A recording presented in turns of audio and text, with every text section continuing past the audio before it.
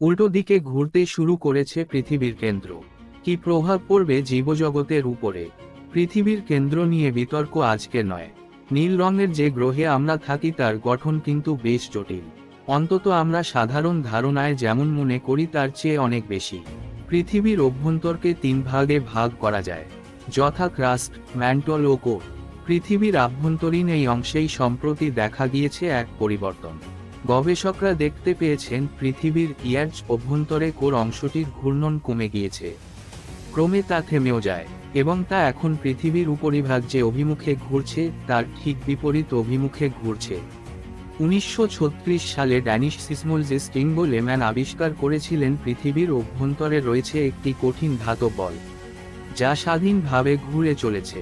একে ঘিরে রহস্য কম নেই, যাকে ঘিরে তর্ক বিতর্কও কম নেই। বলে রাখা ভালো, এটাই পৃথিবীর সবচেয়ে উষ্ণ অংশ, এমনকি সূর্যের উপরিভাগের সঙ্গে তা তুলনীয়। এখানে রয়েছে নিকেল ও লোহা।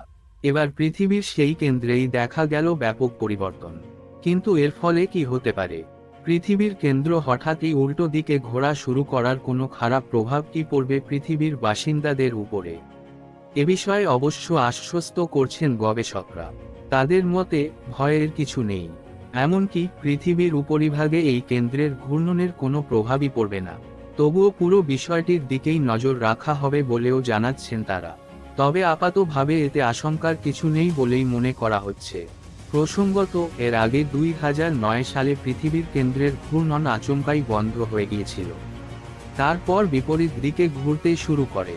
মনে করা হচ্ছে পৃথিবীর কেন্দ্রের এমন আচরণ নতুন নয়। 35 থেকে 70 বছরের মধ্যে এই ঘূর্ণনের অভিমুখ বদলায়।